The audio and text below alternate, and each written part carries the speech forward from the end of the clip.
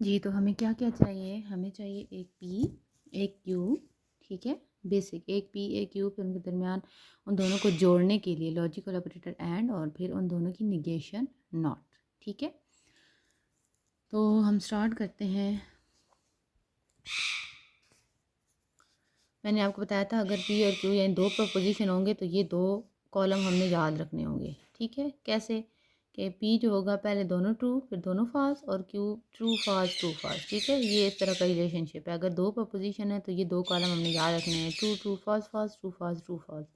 फिर इन दोनों को लेके बनाना है। अब एंड ऑपरेटर बनाना है तो एंड में मैंने आपको बताया अगर दोनों प्रपोजिशन ट्रू होंगी तो आंसर ट्रू आएगा, अदरवाइज आंसर फॉल्स आएगा। तो इन दोनों को देखें, पहले स्टेप में दोनों ट्रू हैं तो आंसर ट्रू।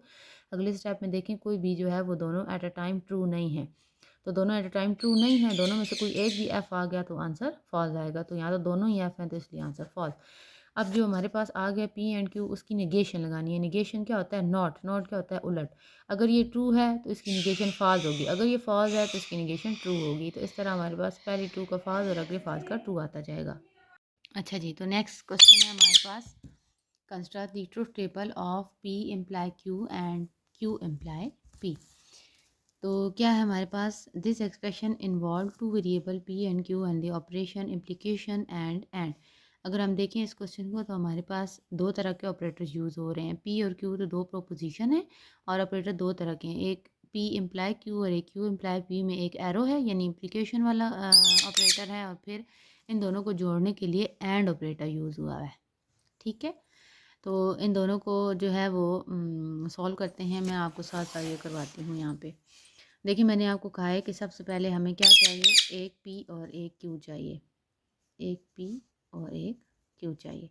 तो ये हमारे पास होगा ट्रू ट्रू, फॉल्स फॉल्स, क्या हो गया है तारा, और क्यू हम देते हैं ट्रू फॉल्स ट्रू फॉल्स,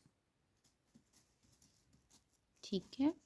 और हमारा क्वेश्चन क्या था? ये तो पहला था ना, हमारा क्वेश्चन था P imply Q and Q imply P.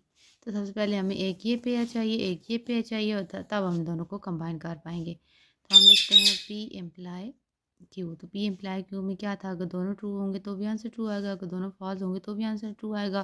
फिर हम देखना है कि एरो के आगे कौन सा फंक्शन है। अगर क्यू है तो क्यू के साथ एफ है तो हम एफ लगा देंगे, और टी है तो टी लगा देंगे।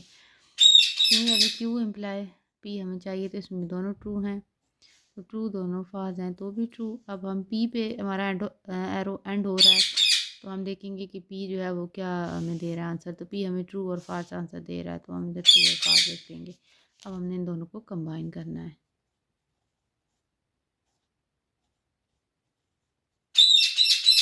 एंड ऑपरेटर आ गया, अगर दोनों ट्रू होंगे तो आंसर ट्रू आएगा, अदरवाइज आंसर फॉल्स आएगा। तो देखेंगे दोनों ट्रू हैं तो आंसर ट्रू, इन दोनों में एक फॉल्स है तो आंसर फॉल्स, इन दोनों में भी एक फॉल्स है तो आंसर फॉल्स, ये दोनों ट्रू हैं तो आंसर ट्रू। अब हम बुक पे देखते हैं इसको,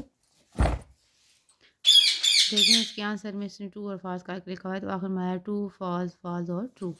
तो हमारा भी जो आया है देखें ट्रू फॉल्स फॉल्स और ट्रू। तो इस तरह से जो है हम अपना टेबल कंस्ट्रक्ट करते हैं।